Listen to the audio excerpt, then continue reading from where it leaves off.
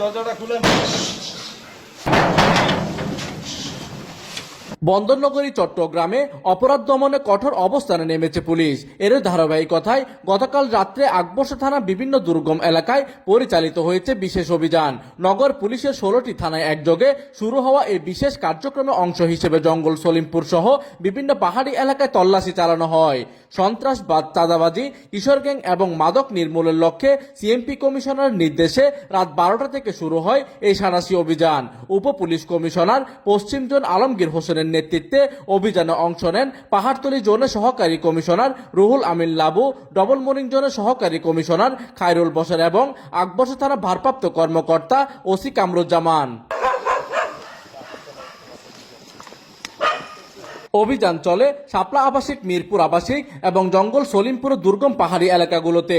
প্রায় 40 জন পুলিশ সদস্য সমন্বয়ে গঠিত টিম রাত 3টা পর্যন্ত বিভিন্ন সন্দেহভাজন আস্তানায় তল্লাশি চালায়।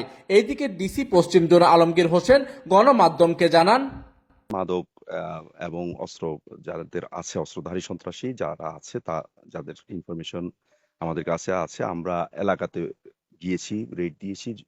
তারা এই মুহূর্তে এই এলাকায় নাই, তবে এরা বেশি চতুর এবং এরা যখন আসবে তখন অবশ্যই আমাদের ফাঁদে ধরা পড়বে।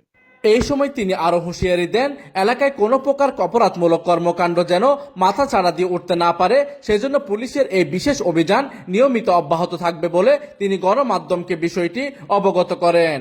প্রতিনিধির তথ্য ও পাঠানো চিত্রে ডেস্ক নিউজ, দিগন্তের বার্তা 24, চট্টগ্রাম।